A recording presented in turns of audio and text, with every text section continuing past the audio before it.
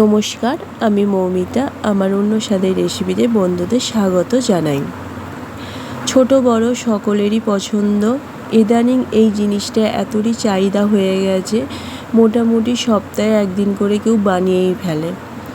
চলো আজকে আমি যেভাবে বিরিয়ানিটা বানাচ্ছি সেটা তোমাদের সাথে শেয়ার করি। বিরিয়ানি করতে গেলে আগে গোটা মশলা রেডি করতে হবে। গরম মশলা গোটা আমি রেডি করে নিয়েছি, ওইগুলোই খোলায় হালকা করে নেড়ে আমি গুঁড়ো করব। বাড়ির কিন্তু গরম মশলা তৈরি করলে কিন্তু তার টেস্টটা কিন্তু আলাদা হয়, আর বিরিয়ানির স্বাদের মশলাটা তৈরি করলে তার কোনো কথা নেই। বাড়িতে তৈরি করলে কিন্তু তার টেস্টটা অন্যরকমই হয়। বেরেস্তা করে নিয়েছি, ওই বেরেস্তার তেলেতেই আমি 2 মগ মতো জল দিয়ে দিয়েছি। ওতেই নুন, হলুদ, লঙ্কা গুঁড়ো, কাশ্মীরি লঙ্কা সব জলটার মধ্যেই দিয়ে দিয়েছি। আলুটা আমি আগে থেকে একটু ভেজে রেখেছি। আলু আর চিকেনটা একটু আমি হালকা করে ভেজে নিয়েছি, খুব নয়, একটু হালকা করে।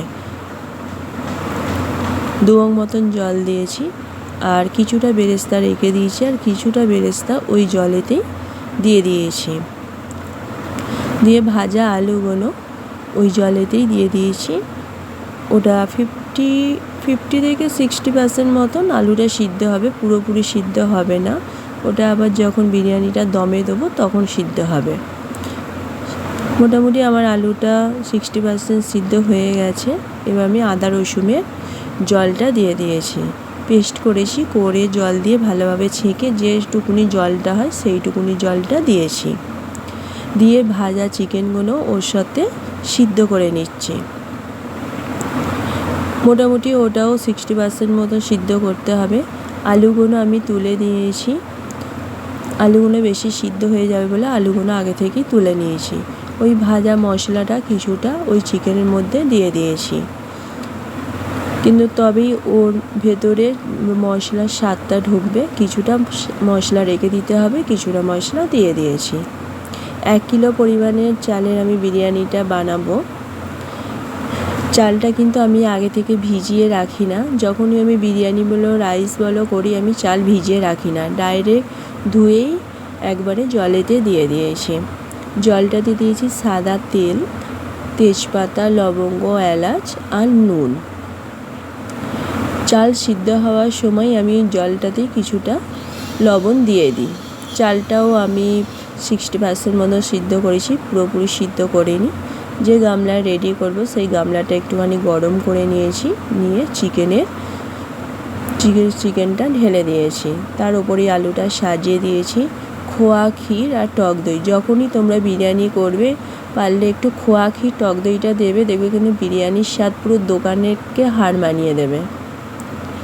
সামান্য একটুখানি চিনি দিয়েছি, আর যে মশলাটা রেখেছিলাম তার হাফ মশলা উপর থেকে দিয়েছি। বেরেস্তাটাও কিছুটা সাজিয়েছি, সাজানোর জন্য রেখে দিয়েছি, আর কিছুটা উপর থেকে দিয়েছি। কেওড়া জল, গোলাপ জল, মিঠা আতর উপর থেকে যেমন দেওয়া হয় তেমন দিয়েছি। সবই 2 ছিপি করে দিয়েছি, কেন এর বেশি গন্ধটা ভালো লাগে না, হালকা গন্ধটাই বাড়িতে ঠিকই আছে। এবার যে চালটা আমি 60% মতো সিদ্ধ করেছি সেটাই এবার ওপর থেকে দিয়ে দেবো। ফ্যানটা হালকা করে ঝরিয়ে নেবে, কেন ফ্যানটা থাকলে ওতে আবার চপচপে হয়ে যাবে। ওরম যেমন একটা ছাঁচা নিয়েছি, ওরম ছাঁচা করে ফ্যানটাকে ঝরিয়ে চালটাকে ওপর থেকে দিয়ে দেবে। যেভাবে দিচ্ছি চারদিকে ছড়িয়ে সেইভাবে দিয়ে দেবে।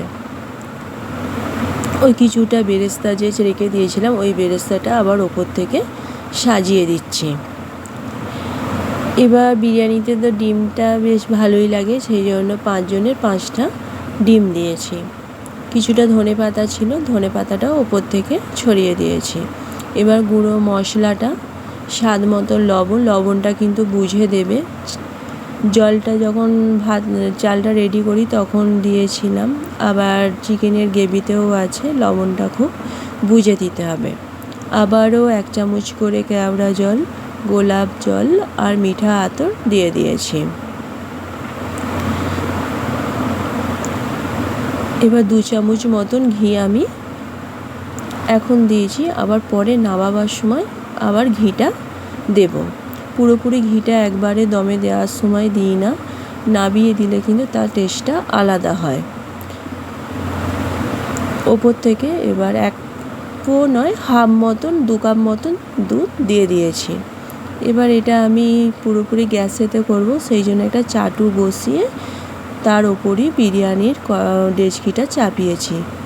ডাইরেক্ট দিলে যদি তলাটা লেগে যায়, সেই জন্য চাটুতেই করেছি। চাটুতে কিনে দিলে কিন্তু নিচটা একটুও লাগে না, খুব ভালোভাবে কিন্তু বিরিয়ানিটা রেডি হয়। আমার বিরিয়ানিটা দেখো হয়ে গেছে, দেখতে পাচ্ছ কত সুন্দর হয়েছে। এখনই তো লোভ লাগছে। তারপরে ওপর থেকে গরম করা ঘিটা 2 চামচ মতন দিয়ে